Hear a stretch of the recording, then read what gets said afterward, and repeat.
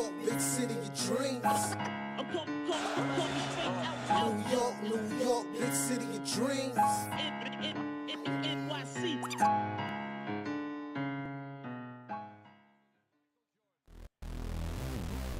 What's going on? This is Jay Ellis from Knicks Time Show. Here to give you a Knicks talk just in the nick of time. It's time to talk about a Knicks loss. Knicks lose to the Pacers 130-121. The Knicks were losing once again, cut this game till about 6 in the fourth quarter with minutes to go and just could not get over the hump. But we're going to talk about it, man. The Knicks are on the brink of elimination, losing to the Pacers 3-1. Can't get out of our own way, man. We cannot get out of our own way, shooting our own selves in the foot. As soon as the Knicks stop shooting themselves, maybe we can win the game. So let's break it down. Before I break it down, I'm gonna introduce you to my guy, the Latin assassin, ESPN contributor, Bleacher Report contributor, my guy Lee Escobedo. What's going on, Lee? What's up, Jay? Tough loss. Really thought we had this one. I was feeling it in my gut. Maybe it was just indigestion. But either way, I really thought we were going to tie the series up. I thought the Knicks had a 75-80% chance to win the night, and they didn't, which is surprising. But the reasons why they didn't are very clear, so I'm excited to talk about it.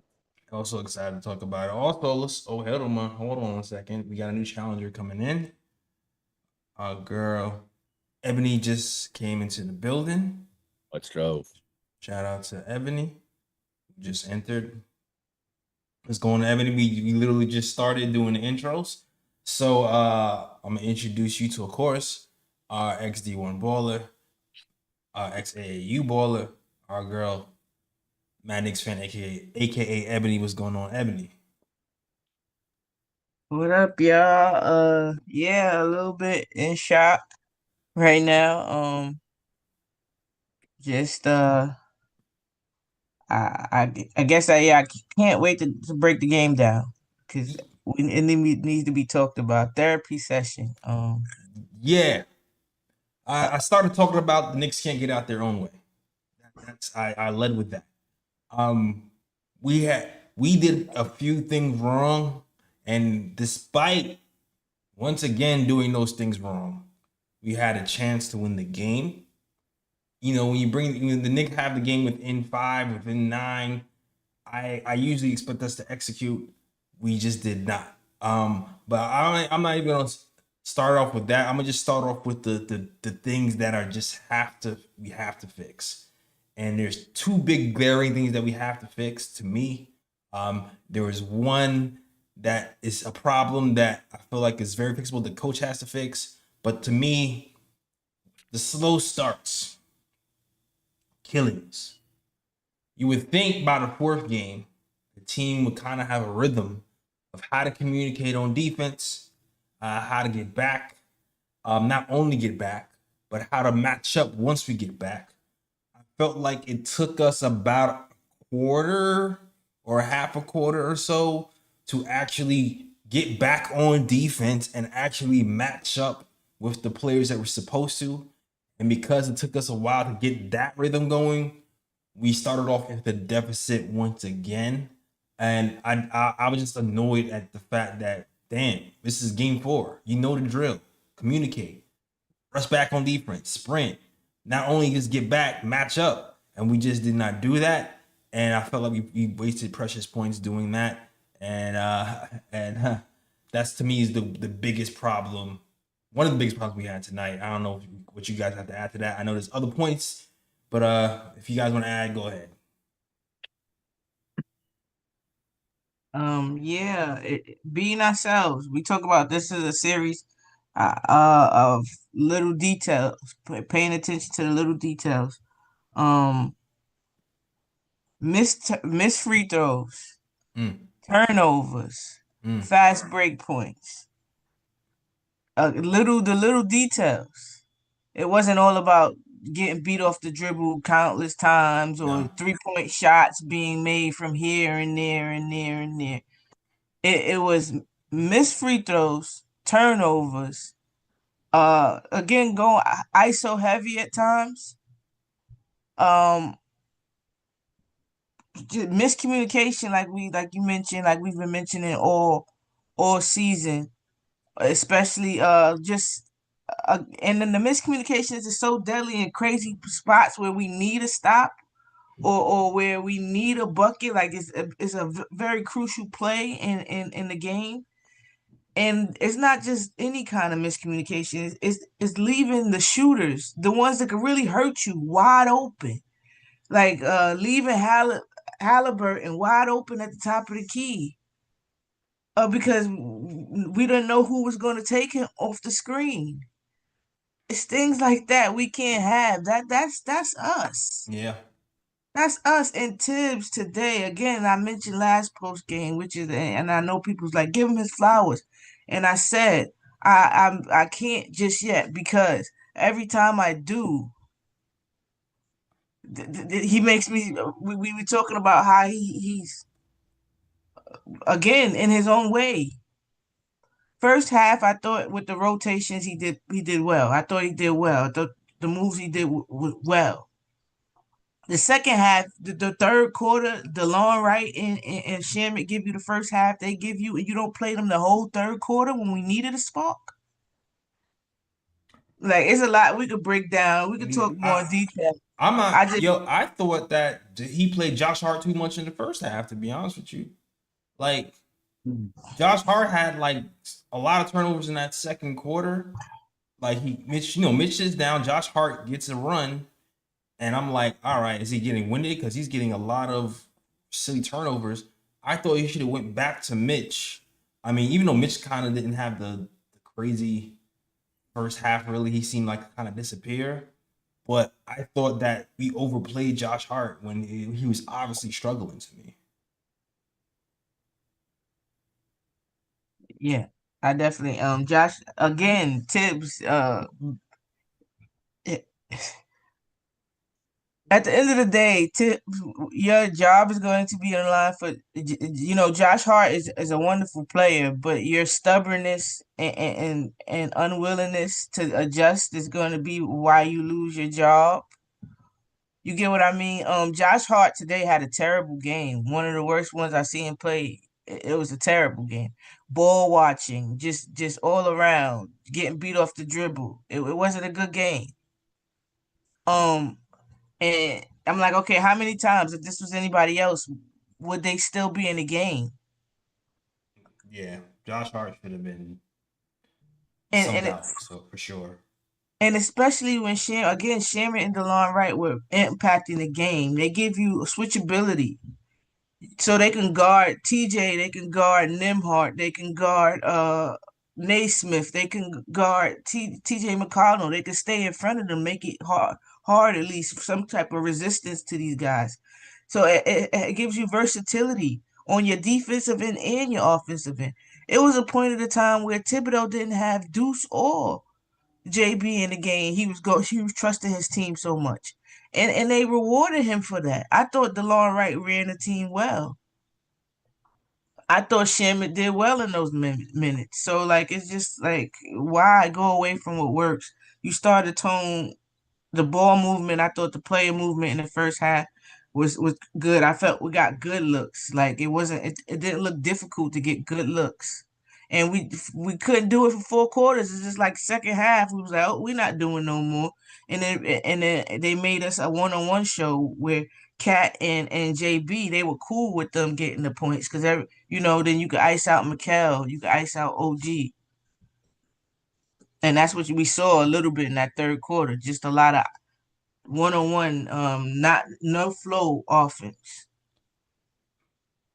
So when this series started, I knew that our transition defense, which has been a curse all season, was going to rear its head, and we were going to struggle really hard because Carlisle runs a 10-man rotation. All 10 guys get out on the break, including the bigs.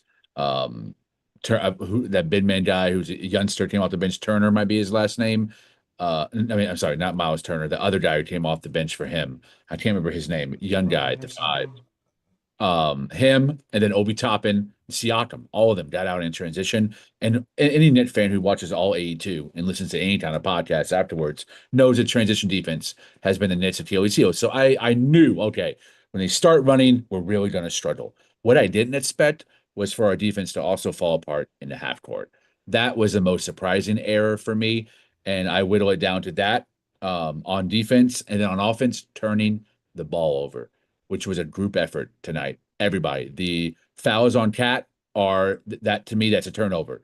The unbelievably terrible ball handling by Mikal Bridges due to not keep the ball in his hand, as well as the awful passes by Josh Hart were awful on offense as well. Brunson wasn't as bad tonight, wasn't the culprit, but in the half court, both teams did a lot of showing and recovering tonight. I thought the Pacers did a really excellent job doing that, keeping specifically Jalen Brunson from killing them in pick and roll. But I thought the Knicks really fell apart in their show and recover because we got lost in rotation, and it led to corner threes from just about everybody.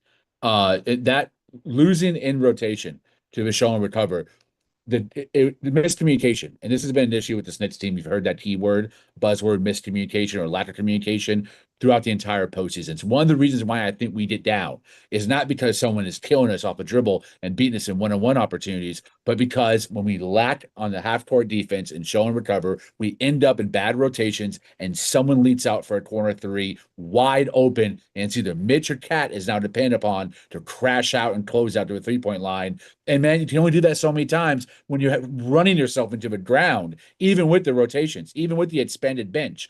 Everyone is still tired because of the pace that the Pacers play. The Pacers don't want to get into a half court set.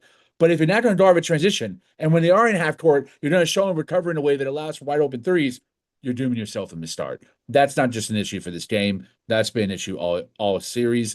Tonight, the turnovers never gave us a chance to get into rhythm. Even though DeLon Wright and Shamet saw time in the fourth, to me, the turnovers and the free throw line. I love that we're able to get points from the free throw line, but our offense stalled out so many times that grenades were being thrown, and no one was really getting a shot in rhythm. Instead, it was bailout opportunities, a really wild OG Anunoby three, which was great, but because of the way that it was taken, there was no run after that. We weren't able to get into any kind of rhythm because we're depending on very low efficiency, high probability misses in order for us to try to get back in the game. Not a good recipe to try to compete, even though they're all close. We still had a chance to win the game. That is the crazy part. You want to talk about the turnovers?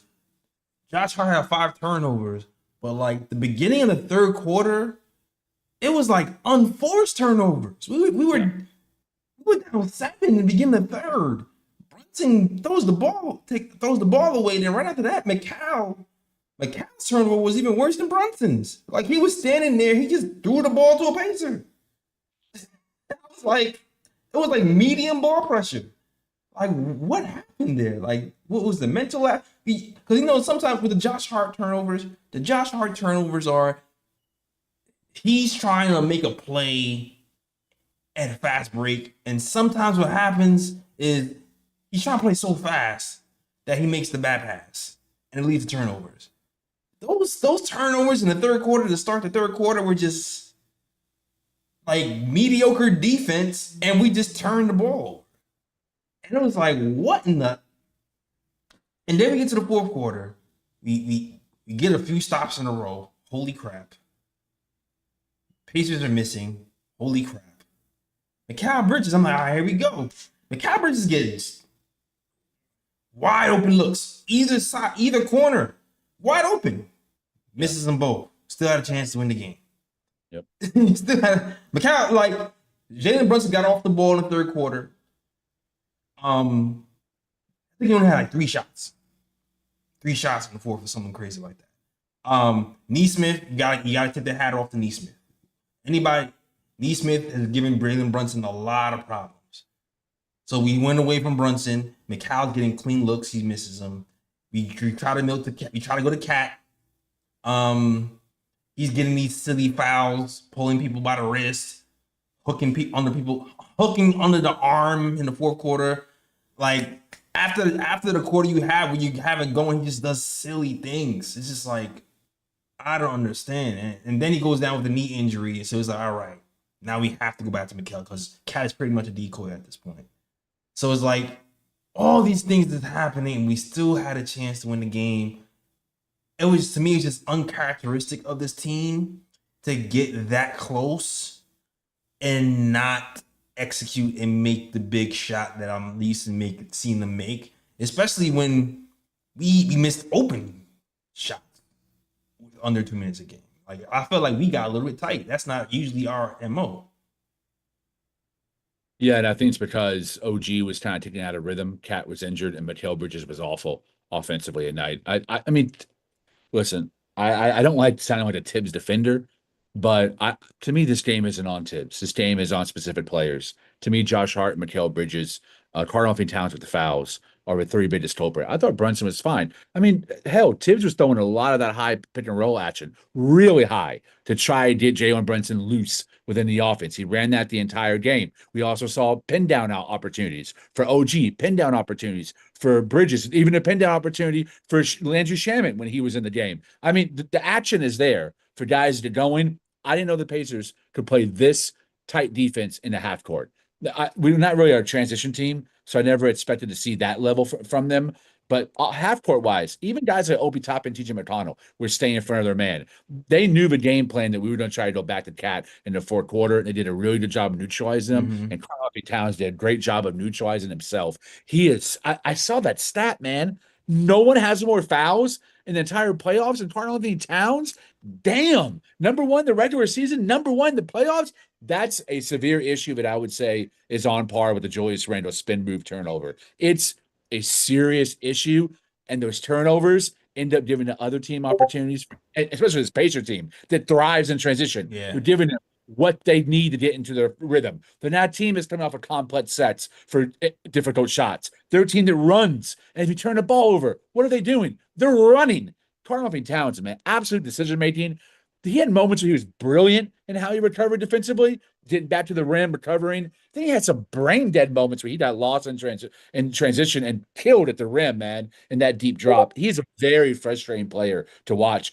Probably the most frustrating on the starting lineup. Yeah, I'm gonna have to disagree with you, Lee. Big time on the Tibbs thing. Big time. Yeah, it's the players, of course. Better effort, smarter by Cat. I'm gonna get to Cat in a minute because yes, he has a lot with him. But a lot of the stuff you mentioned, Lee, happened in the first half. That's the Pick and thing. roll. A The high lot of pick the and a roll was lot all game. a lot of the that worked successfully. A lot of that you mentioned though was in the first half, and then we went away from it because we did one corner offense action where we were slipping. We get OG a dunk, an easy dunk. The first half it looked a lot easier because we were moving. It was movement at the end and relocation. That comes from running plays. That's coaching, right? But then if you stop doing that and we go back to ISO heavy and we have miscommunication, that comes from the top. That's if people don't know if we hedging or recovering or switching because we really didn't do switching like that the whole season. You get what I mean? So that's come from preparedness. That comes from the top. Getting your players to understand that if I can understand that right now, Cat and JB, right, they don't really play their best selves right now with each other. Stagger them. He did that better in the first half. Second half, not so much. Stagger them. Let them get in the rhythm by themselves, and in the fourth quarter, maybe they have something going for us. That's all of this is rotations. That's the coach. That comes to not playing Shamit and DeLon Wright a whole third quarter and not Mitch in the fourth when we needed some type of stops. That's coaching. He absolutely coached his way out this game. This was a terrible showing by Tibbs. It was absolutely terrible. The first half I give you, but we need 4 quarters. And like he pooped the bed. He really pooped the bed. Like you have to help your players. Going Mikal late in the game, I get it. I get movement. It was good shots. I understand it. I really do. But that's something you do in the first 3 quarters. Fourth quarter time, that time is what we said is clutch time, right? I agree. Like half of. Go ahead, Lee. I would say I disagree 100%. I think they adjusted.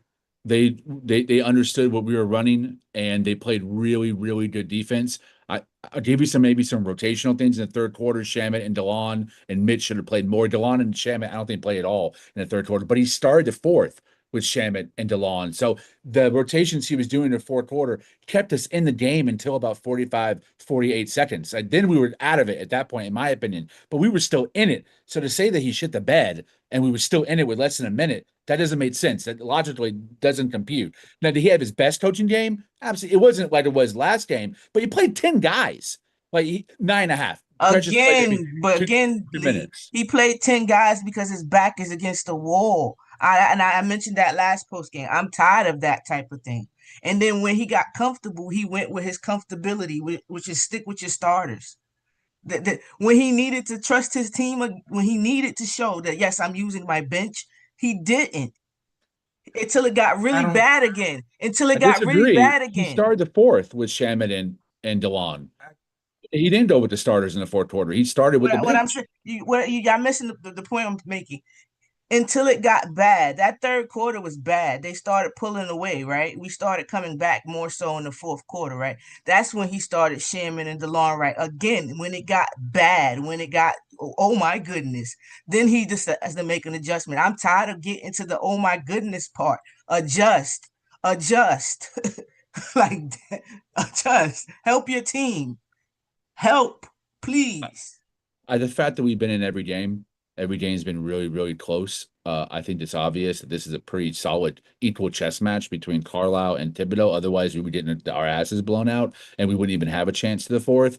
I disagree. I think he coached a slightly better of an average game tonight, where last game to me was elite. But the fact that he put DeLon Wright and Shamet, I don't see that as getting desperate. That was just what his rotation had been in the first half. He was mimicking in the fourth quarter to give his guys a little extra rest to start the fourth and then bring them out at the end. Where I agree with you is it should have been Deuce over Shamet in that last 2 minutes. That's a substitution that I thought he made the wrong move because we needed both offense and defense at that point. And I thought Deuce was playing some pretty solid D, and I liked Deuce more in the fourth quarter as a shooter than I do Landry Shamet. Definitely give you that. I'm not even gonna hold you. I wasn't even mad at the Shamet or Deuce thing because I feel like Deuce was like Shamet's defense has been pretty solid. Like one-on-one versus the last game one-on-one versus Siakam was fine. Like tonight's defense is fine. I just feel like, and then Deuce from three, Deuce missed a lot of open threes today. Shamet didn't get that much time. He hit one, missed one. I think he hit two tonight. I wasn't mad at the Shamet. I wasn't mad at the Shamet substitution. My biggest gripe was the length in which Josh Hart played. I agree with that. To me, that was the biggest blunder where I'm like, I agree with that. Dude has multiple turnovers and still like, all right, bring Mitch back in, bring somebody else back in. That's, to me, that was the biggest blunder for Mitch for Tibbs tonight, was the Josh Hart minutes versus the Mitch minutes and how that now he did go 10 deep. So to say he went more than he did before. So it's like, but again, you just mentioned a big part. Josh Hart's play today, it was a big part in this loss. So we can't skip over that and just say that, oh, I didn't think, because that was Tibbs' decision to play him. And he was very, very, very awful. Very awful. Ball watching on crucial plays, like defense on terrible. Like, so we cannot just say that Tibbs did a wonderful job when he chose to play Josh Hart constantly in 4 quarters this game. We all agree on that. I'm not saying you did a wonderful job, but I'm like, when you're down six in the fourth quarter and you're getting open shots, and we had I feel like 4 open shots in the fourth quarter to tie the game. So when it's that close and you're missing open shots and you're drawing up plays to get other players open shots, I then cannot say, well, this whole thing is on Tibbs, because then it's like, all right, we got you. We got Mikal Bridges, one of the best three-point shooters in the league, multiple open corner threes. Whose fault is that? No, I could get, again, I mentioned that it's not the player's fault also. But I also know that, why did we go to Mikal? It should have been OG, to be honest, because that's who was creeping us back into that game. Us taking advantage of OG on smaller players. Why did we decide to go Mikal all of a sudden? I mean, for the fourth quarter? Because if you're looking at the shot profile, who's the quickest person to the corner. Like the movement shooter is gonna have the advantage. That's why they were open. Like the so it's like I'm like I said, and he's done it in the Celtic series. He's done it in the Celtic series. He's done it before. I'm not like to me, and he's a ball handler. So you're relieving Jalen Brunson of the duties and kind of shifting the defense away from him because Nembhard was giving him problems. So I have no problems with calling McCall's number at the end of fourth quarter. I just don't. I don't have a problem calling his number, but like it wasn't like he was on a supreme heater. You get what you understand what I'm saying? Like though that type of movement we do, I would love that for the first four quarters. I would love it consistently. I would like that. I would like what they was doing in that little bit in the fourth quarter to do that the whole game. That movement for multiple people, including OG, I would love to see it. But why start then? And again, I mentioned OG he was getting to the free throw line. This is what helped us get back into the game. And then we just went away from OG. Because it wasn't their adjustment. I don't think their adjustment, it was an adjustment on OG. It was also a matchup thing. Away. When OG was going off, Siakam was on the bench. They was taking advantage of I think Nembhard or somebody else smaller was on him. So Siakam goes back in, Knicks are going back to another advantage. Like Siakam was in it too because he kept pump faking him too. He was pump faking Siakam. He was getting to a free throw line. He was in the game part of that. When OG was doing his thing too. I just kind of feel like this. Like I feel like there's certain things that are obvious, and I feel like there's certain things that are like Monday morning quarterback stuff, where it's like, okay, well he missed the open shot, but he got multiple open shots. If he's hitting those open shots that he's been hitting all season, no one's saying anything.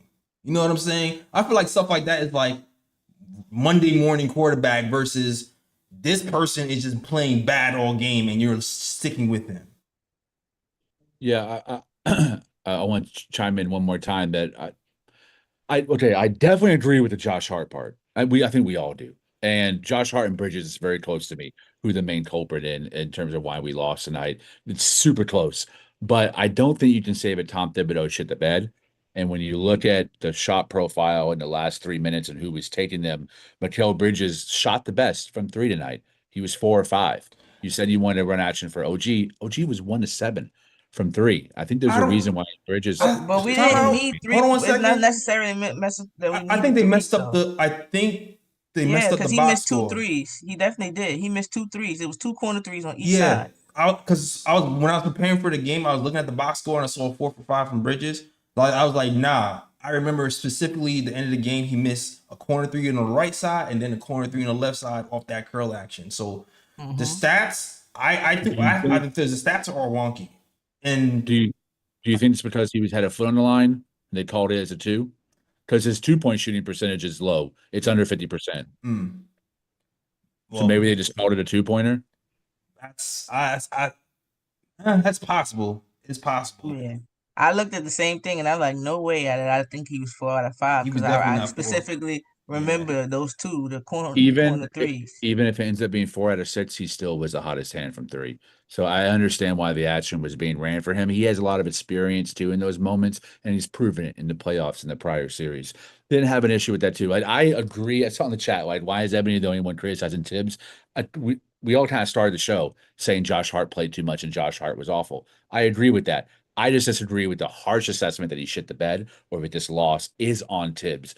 Every game, the coach shares a portion of the win and the loss, so he's not without fault. Definitely. And I agree that when the starting lineup, the numbers tell you that it's not an effective starting lineup, you shouldn't close the game with it. I thought in the end of a game, either Deuce or Mitch should have been there for the last 2 minutes because those 2 guys have the highest net rating with 4 of the other starters. That just would make sense. And Cat was giving you a lot of bad fouls and weak rebounding in the fourth quarter. So it made more sense for maybe to be a double bid lineup to close the game. That has been your starting lineup and your best lineup. So there's definitely assessment there. But I thought the rotations and the use of the bench and a lot of the shot calling that was being ran, really, except for the third quarter, was fairly solid. Definitely agreed DeLon Wright and Shamet should have played in the third. That's a mistake on Tibbs. But overall, I would say it was a slightly above average game. And I would say it was a decent game for Tibbs and a horrible game for Bridges and Hart. And also, you know why? Because this is our fourth game, and they're still playing the screen the way they are playing. We're still setting the screens we are setting. So if we're not going to set proper screens, then maybe we have to set less screens or maybe more off-ball screens instead of the whole pick and roll type of thing, because we're still just going and it's just wasting time off the shot clock for us to have the same matchup after the screen. Yeah, I mean that's why we went to McCall in the fourth. That's their call. That's why we went to McCall in the fourth, because we noticed that those screens wasn't working. So we don't always have then we went to Cat to post up. Like that's exactly what was happening. My thing is, we've done well with JB off ball. Even Cat, JB and Cat off ball at on the same side. That works a lot. It normally gets Mikal something or Josh something or OG something. It normally gets somebody else because it's both of them on the same side. Now the attention to detail, they right here. Now they're on guard because like who's slipping? They thinking it's a action for Cat or JB. Who's slipping? Who's going to the 3-point line? And it gets others people. This is what I mean. We don't work smart. And again, that when that comes from a coach. We do not work corner action, pistol, horns. Well, if they're playing that aggressive, then we should be backdooring them for hell. We should be moving OG and Mikal together. It's so many times where there's no movement. There is no movement, guys. I just disagree, man. There's we score 121 We're gonna have to agree to disagree because there ain't nothing. We score 121 points. We score 121 points. 20 of their points are off of turnovers. So it's like, to me, when I'm looking at the whole game, I'm looking at the turnovers and defense really matching up and pick and roll defense. I'm looking at that more than we're not the offense has to be like, we scored 121 points. Like, to me, like when we talk a micro to macro, to me that's the micro. Not only 121 points, but we shot 46% from the field, 43% from three, and got to the line 39 times. So the offense wasn't a bunch of ISO. There was, like I said, they really spammed that high pick and roll, and it got us opportunities. Maybe not the initial ball handler, but Brunson was able to score or finish a shot, but he was able to find other guys and move the ball a little bit for open threes in the fourth quarter. It was more of an often not effective. So again, I say it doesn't line up logically to say he shut the bed. I disagree. Yeah, we're gonna have to agree to disagree. I'm sorry. On this one. That's what happens sometimes. It was just way too much of. I don't know. I feel like when a team scores 43 points in the first quarter, I think the obvious problem to me is defense. That's just me. Okay, but you see what I mean? You just said 43 points, right? Then it's your coach's job, right, to put the lineup that will give his results. But call timeouts, change the rotations faster. We changed the rotation. We started with Mitch again. I said faster. See, but okay, I'm done with the tips. He was Mr. Potato Head today, man. To me, when I look at the stat boxes, honestly, we had the same number of turnovers as we did assists, 17 in each column. To me, that says a lot on the players. Players making bonehead passes, bonehead plays, losing the ball, and not moving the ball. To me, that says players. That's player execution. Again, Indiana has been playing defense, pretty good one-on-one defense. Yes. And again, they have been playing. It's not even one-on-one defense. They've been playing great defense off the screen. So we don't get many mismatches. We don't get that. And then we take time trying to get something that never comes, right? If something is not working, it wouldn't it be a coach's decision to change that, to adjust that, to say, hey, this is our fourth game. This high pick and roll, even though we're scoring and everything, we're playing right into their hands. They're scoring more. They're okay with this. They're a fast-paced team. They're okay with this. So wouldn't you make the adjustments? Wouldn't you make, like I mentioned, it has to be adjustment. Either do higher, limit the amount of pick and rolls on the ball, and stagger screens off ball. Do something. That's coaching. That is coaching. You have an alley-oop threat. It was. I got to watch some. I stumbled across it by accident, and it was breaking down, of all people, Billy Donovan's offense. But they move, and his movement all 5 players are moving, and it causes massive confusion, which is maybe why we have so much problem with Chicago. But yeah, I just wanted to say I'm not talking about Tibbs no more. I'm sorry, I can't. I just don't agree. I just don't But like when. but Cat and his Cat plays with his hands and not his feet. Everything is like a swim move, and he gets hooked, and it's just dumb. And he needs to get lower and move his feet. And this goes for everybody. I remember us giving us praise for Mikal and his screen navigation. I didn't think that was so today. I thought we die a lot on the screens, and and especially Cat, because he's trying to get through screens with his hands. When you're trying to get through a screen, first of all, you have to connect with the player. You have to get your top foot over the screen and get skinny. And then you have to come off after you come past the screen, you pop off the angle of the ball handler. He's trying to do this with his hands. It's not going to work. It's never going to work. Ebony, and this is where I feel like maybe you might have to like sneak some DeLon Wright minutes, yo. I really like Wright on Halliburton. Like I really like him on Halliburton. Like, and TJ. He's definitely the TJ stopper because once he gets in, TJ just goes ice cold every single time. Again, that's a Tibbs move, going away from Payne and choosing DeLon Wright because he's the better matchup for the series. It's a solid move. Yeah, Lee, I'm gonna tell you like Fritz said. How you say it, Fritz? We giving him credit for a mess that he caused, for cleaning up a mess that he caused. That's I don't know in that instance if that's the case. Personally, I just think DeLon Wright plays the D and the size. He can guard up. Payne can't, so it made sense to go with DeLon. Yeah. And it's just one of those things where it's like, all right, cool. If you're not gonna go Josh Hart, who do we go? You can go Mitch. You can go DeLon, spread and get some defense in there. You can go Deuce. It just gives us some other options to go to. But I really like DeLon Wright's defense on Halliburton, probably the best so far. Yeah. Can I be honest with y'all? Because we were talking about Mikal and his defense. A lot of times, Mikal, and I've noticed this even during the season, he's a good defender, a great defender, but I'm not so sure IQ-wise about defender. Like how you just might have the gifts to do something well, but at times, like his defensive angles, if you want to say the angles he takes, is like, why? What are you doing, Mikal? Like, why would you do that? Why would you go that way or whatever? And again, his screen. I was just watching him, and I'm like, His what? screen That's navigation hasn't been, I'm like, that's not gonna get it. It's been off and on. Like he was really good in maybe like the Celtic, the Detroit Pistons series with the screen navigation. But like maybe it's wear and tear. Maybe it's like he just needs another person to chase over for like that amount of time because that could wear on you or something. Maybe that could be it. But like I see what you're saying sometimes with the Mikal screen navigation.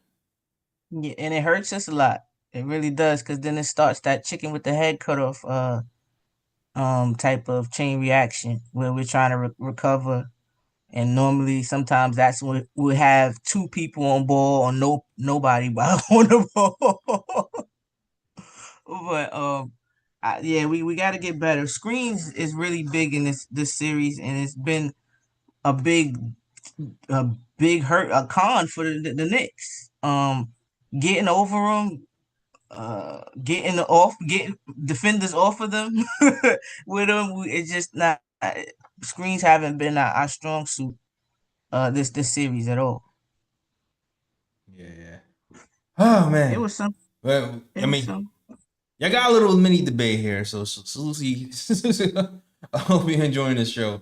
Salute to the chat, yo. Shout out to TikTok. We got a rose from Smitty from TikTok, so shout out to you, Smitty. Shout out to everybody rocking on TikTok, the 19 strong on there. Alec123. Shout out to Rob. Hold on, I usually have little names to show over here. Eddie, Lewis, Alec, Elijah King, Scoops, K's Money, Will Flow, Justin, Rizluz, Turtle, all you guys rocking on TikTok. Salute to you guys. I hope you appreciate the program. If you like the show, follow us. I see we got 6 new followers on TikTok, so appreciate all the TikTok love we hear. Talking this basketball like we usually are after these games. So hope you're enjoying the show. Shout out to my YouTube family as well. Sorry, my computer is being a little bit weird. I'm trying to get to my YouTube people. Yeah, shout out to Phil Porter on the building. I see you, Phil. Washington Entertainment, Knicks Nation, Picks for Timmy, SM Directors Inc. I don't think I've seen you before, SM Director. Shout out to you, Lloyd, brother Anna Grill, Gamer Channel, everybody rock with the show. Also, I felt like we got a super chat on YouTube. Where did it go? From Gamer Channel, who sent a $2 super chat. Shout out to you. He says, Josh Hart giveth and he taketh. Walt Clyde Frazier. Yeah. I don't know if you guys saw any comments that you want to point out, that you want to recognize. I'm getting into it with Phil in the chat. That's my brother, man. I love that guy. Just disagree with trying to blame Tibbs again. It's a lazy narrative. It's an easy narrative for people when things don't go their way. I saw really absurd things immediately after the loss. I saw a lot of fire Tibbs. You don't make these conference finals and fire your coach. Like, it's just stupid, man. I can't, like, what kind of mindset is that? This is your first season conference finals in 25 years and you fire a coach that takes you there? Doesn't make any sense to me. We've been competitive every game. If we didn't the doors blown off and we're completely shit in the bed, I understand. But every game we've had a chance to win it. To me, the coaching has been more than adequate, more than just average this series. Overall, it's been good. And the players too. Like, don't like break up the starting five or trade Josh Hart, trade Mikal Bridges. I think Mikal Bridges' ball handling is really hurting us with the turnovers. Josh Hart's passing, something that's been great all season, something that was great last playoffs. Awful this round. And Karl-Anthony Towns, I'm not missing Julius Randle, but the turnovers and the decision making on defense is atrocious. It's also sometimes just like every time he goes to the basket, it's the ticky-tack fouls, man, looping your arm to other guys and using your body to cause obvious offensive charge. It's like, bro, you gotta be better, man. You gotta be smart. You've been in the league too long to be making mistakes that a second, third year player would be making below a basketball IQ. But don't trade him. Don't trade Bridges. Don't regret the picks. Like, there's obviously some margins that need to be improved this offseason, but we have a contender here. With the last of the 4 teams that are in the playoffs, the coach and the players, the main guys, should all stay. Yeah. All I'm gonna say about that is I know Tip's been here for a while, but and it's the first year with Cat and Brunson, but with the CBA and youth and injuries and money and contracts, our window is pretty small. So how much longer do you stay with the same, the head? I'm not saying calling for his job, but I will understand. And I always point back to when people ask that question to the Mark Jacksons of the world and the Dwayne Caseys of the world and the Nick Nurses of the world. Like, sometimes you get a coach that takes you the farthest they can. Maybe they hit that their peak, and you have to get Nick Nurse was actually Dwayne Casey, which is weird. But you could be the Nick Nurse or the Steve Kerr to a team. Nick Nurse wound up being Dwayne Casey again anyway. So kind of funny. That's fair, but the reason that both Dwayne Casey was fired and Mark Jackson is that there were playoff moments where they just completely did not compete and they weren't in the series. Every game's been down to the wire. Every game we've had an opportunity to win. To me, the coach, he hasn't done a poor job this series, deserving of being fired. Maybe add another guy on the bench this offseason that's an offense, has a high offensive IQ to potentially take over. Absolutely, I support that. But I think he's done a very good job in this entire playoff run. We're in the ECF, man. Yeah, to me, it's one of those things where it's a team chemistry thing. Like, big picture, Cat and Brunson are going to be able to offensively be good for us for a long time. The thing that made that trade great for us was offensive firepower. the thing that's going to make it tough for us to solve this Rubik's Cube is, to me, is going to be the defensive stuff. We got McCall and OG to see if we can shore up the defensive stuff of Cat and Brunson. And that's been the hardest thing to solve to me in this entire series. Like, even like when you look at the runs we go on is Cat in the game with 5 defenders. Every time we go on a run, it's Cat in the game with 5 defenders. We really haven't had a chance to go Brunson on the floor with 5 defenders, but that's when we go on a run. So to me, like, you can say, oh, the coach, you can say, oh, Josh, like, that Rubik's Cube of like, all right, can we have McCall be the best screen navigator? Can we have OG, these guys make up the deficiencies? To me, that's gonna be like the biggest thing.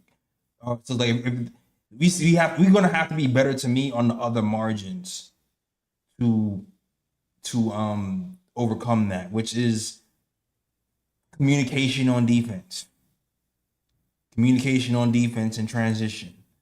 Our defensive scheme switching versus, hedging. Like, to me, that's that stuff, the switching versus hedging and the communication, like that, to me, that's where the screws have to be tightened way more. And that's just been our team identity all year. Call it, maybe it's because we're still the first year. Maybe it's just because we didn't have Mitch all year, who's pretty good at communicating on the backside, and maybe more Mitch minutes could help litigate that. But that's, to me, is the defense has to tighten up more than anything. That's why I started my conversation about the show and recover.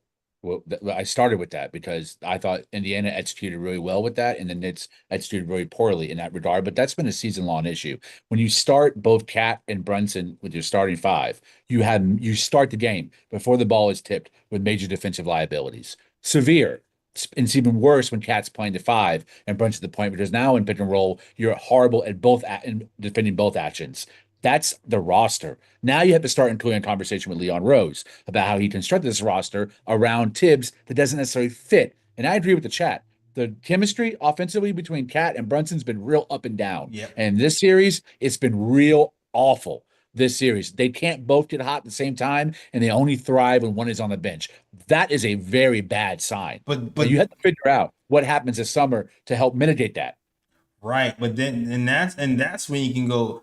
When it comes to that, that's when you can look at the Josh Hart thing.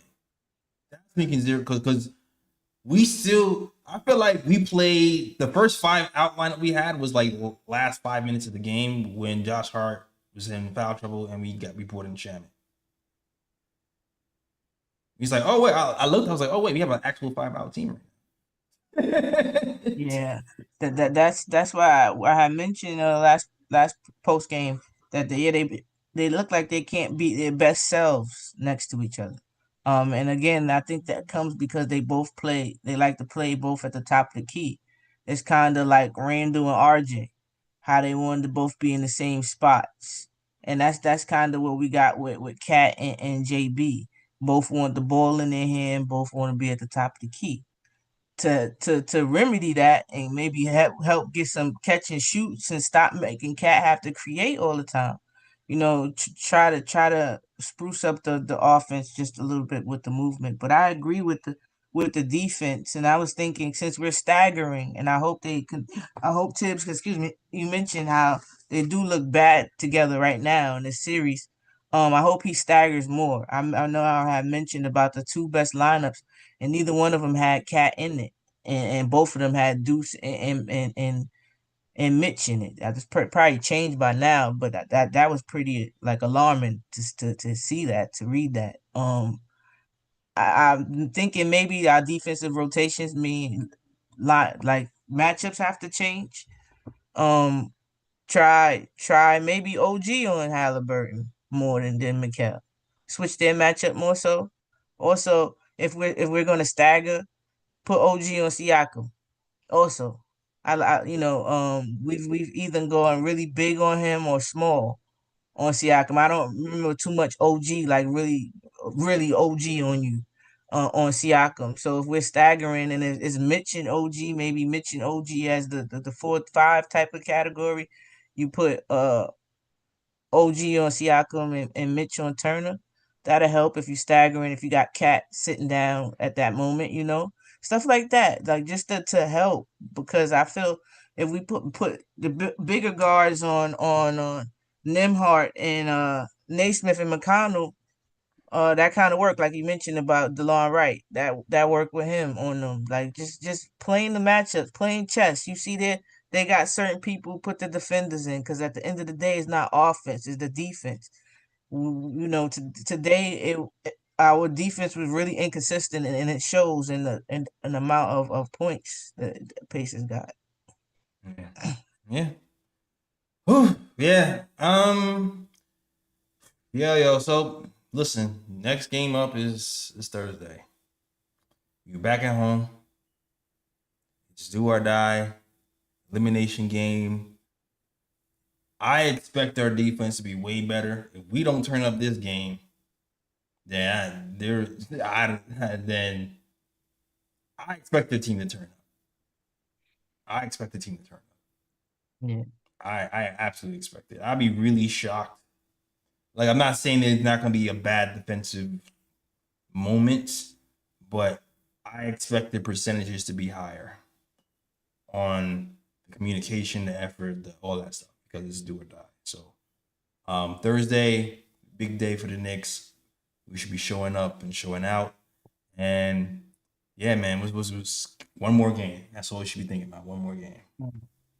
Washington said super chat. I guess we got another super chat. It was another super chat. My bad, super chat. What my bad, chat? Shout out to Wash Entertainment. Lee Wash Entertainment says, Lee, why bench Hart to play him more minutes? Well, great question. It's on Tibbs. Yeah, I think that's the one thing we all agreed on the panel. All the disagreements we had, the one thing we agreed on was Hart need to sit down a little bit more today. That's on Tibbs. All right. Shout out to Watch Entertainment. I have. Oh, sorry. Go ahead. I have a question, because I don't understand. Can Jalen Brunson not get by people without screens?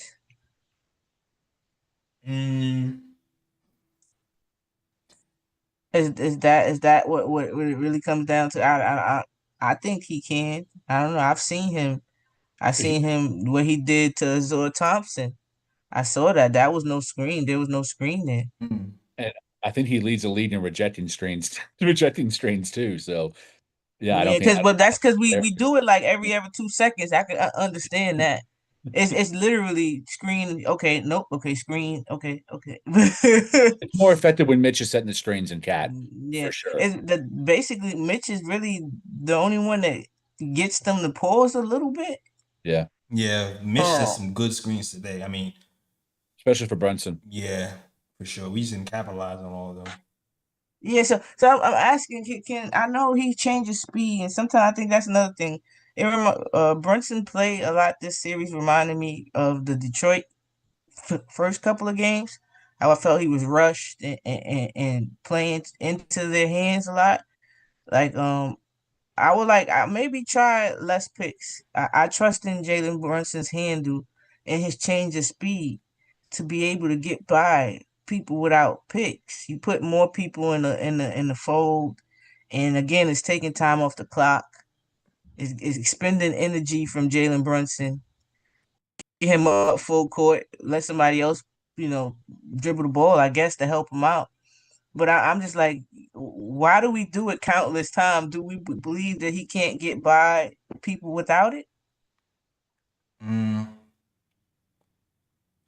I think he just works well with picks the entire year, and I don't know, a heavy dose of one-on-one ISO without. I'm not sure if I like that. No, I'm not saying heavy ISO. That's what I'm saying. A lot of times we're dribbling the ball because we tried to get over a pick, like I mentioned, and it didn't work out. It didn't go anywhere. So if we eliminate that and allow him to work in space, maybe more space to change speeds, because he doesn't have to get around his play and another player hedging him maybe. What does that look like? It doesn't have to be ISO him dribbling the ball, trying to get go. He doing that anyway with the pick. Might as well might as well try something else. I just don't understand why we do it so robotically that we think I think he can get by without using those 1,000 picks. Something to think about. Something to think about. I'm not sure if I mean, we tried some off ball stuff. That's worked sometimes. It's worked a lot. We've worked. I still feel like we haven't tried a 5-out lineup. Maybe we do the 5-out back cut thing that we was doing start the season. Try to open things up. And maybe that's the way to go. Maybe that's the way to go. We'd have to shoot more three. If we're doing 5-out, it makes no sense if we shoot the same number of threes that we've been shooting. We would have to increase the volume if we're doing 5-out, specifically from KAT and Brunson. That would have to be imperative in order for it to work. And even if we are going 5-out, a little maybe just switch from the perimeter, from the wing player to the perimeter, just a little bit of extra movement, or relocate a little bit. While they turn their head. I feel like we did that well in Boston and Detroit, and not so well in Indiana. Our relocation, we just been standing there. So a lot of times that's why the turnovers come too, because there is no outlet. Right. No, I agree with you there. Like they scout that corner pass, and they got a lot of turnovers off that corner pass. A lot of so I agree with you. I definitely agree with you there. They watch tape. That's for damn sure. For sure. Whew. All right, yo. I mean, I talked about everything I want to talk about, man. I just want to get this one on Thursday. I just do. Yeah. Got to. I still believe. Yeah, we gotta do it 3 times, man. But listen, you got first start with that one game. We going back to the Garden. The crowd's gonna be on their side. I expect 100% effort. We need to start this game a lot better than we've been starting. We need to be in transition, matching up, communicating from start to finish. And if we do that, I think we should come away with a win. At least extend this series to at least one more game. And we just got to move on from there, one game at a time. One game at a time. All right. I can say something real quick. I'm gonna be sure. I agree. Just not beat ourselves. Control what we can control. If we can win the little battles of the stat sheet, I guess you want to say, then we should win the game, because that means we should be taking them out of their rhythm. We win in points in the paint, then we maybe force them to take more threes. You hit your free throws, you put the more pressure on them because you're getting free points. Taking care of the ball, now they're not getting into transition, so they have to find points in the half court offense. Things of that nature. Offensive rebound, they have to stop. Again, it can help stop their fast break. So just winning the little things, and I think that will help break their rhythm. Right. Yeah. For me, there's a couple of things I thought we did really well. I thought that we really crashed the boards today. Had a 11 rebound advantage over them.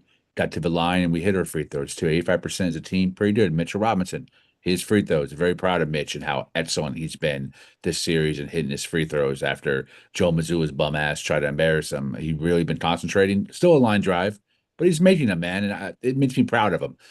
Mitchell Robinson, by the way, was elite tonight. He played his ass off. That one sequence, we had 5 offensive boards in one quarter. It was unbelievable how hard he was playing. If anyone didn't want to lose tonight and really cared, it was him. He was hella communicative on the back end too, as Jalen says. We all know how he's grown as a leader vocally and calling out what's happening on the offensive end to defend it. So, man, he's great.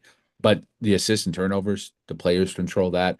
They got to move the ball, and they got to be smart with the ball. 11 turnovers for the Pacers is very normal. That's an average NBA number. But 17 for the Knicks, absolutely unacceptable. And 17 assists is way below the league average, which I believe is 23 or 24. And then the Pacers on their end had 29 assists. That's a 12 assist difference. That's embarrassing. Got to move a damn ball. As Ebony said, too much ISO when things start falling apart in the fourth quarter. You got to be able to depend on each other, and you're going to have to figure out. I don't know if we had enough time to figure it out this series, but KAT and Brunson got to learn how to play together. They have to make each other better off ball. That is a must, and it's not happening. It's been a season so far. Hopefully, over the summer training camp next season, they can finally become a great duo. Even though the numbers are there and with them playing a role, numbers lie. In terms of the stats, when you look deeper, you realize they have to be staggered a lot in order for us to be successful offensively. And that's not here for success to win a chip. So that had to be better. Yeah. And also Cat's knee. Cat banged his knee fourth quarter. Hopefully that doesn't become an issue during the next game. Definitely gonna need Cat as much as he's complain about his play sometimes. We need him on the floor. We need his availability. So hopefully he's fine to play on Thursday. And yeah, man, prayers up to Cat and his knee. I hope that's good for him and us on Thursday. All right. Yep. All right, yo. Let's get to the other part of the show. Do you guys have Uber Bro picks? How y'all feeling? No. Yeah, me neither. All right, yo. I had a feeling. I don't have none either. All right, yo. That's the show, yo. Thank you guys for watching. If you guys enjoy the show, please hit that like and subscribe. Thank you to the 9 new followers on TikTok, man. I appreciate it. TikTok is growing. It's TikTok, and shout out to I see the comments over there. William Emery says they rely on Brunson way too much.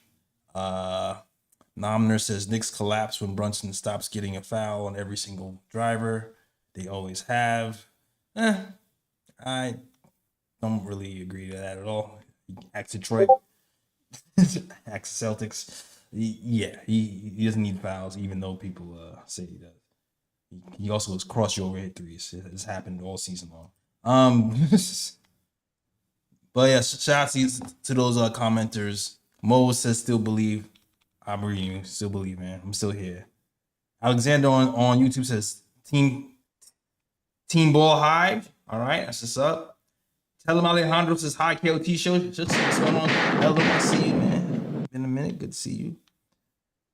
Hi, yo. I'm tired, man. I'm tired. It's late. I said, oh yeah, I do got a bro pick. Cause I seen the Celtic fan in the chat. I did see a Celtic fan in the chat.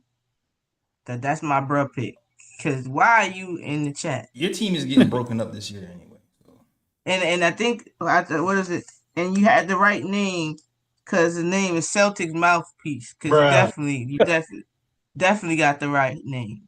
Get it out your mouth. Tell him said he wants to hop on and call. All right. Hold on a second. Okay, hold on a second. Tell him.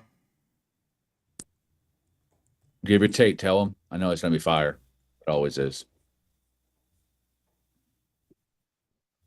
Okay, he's in the room. There you go.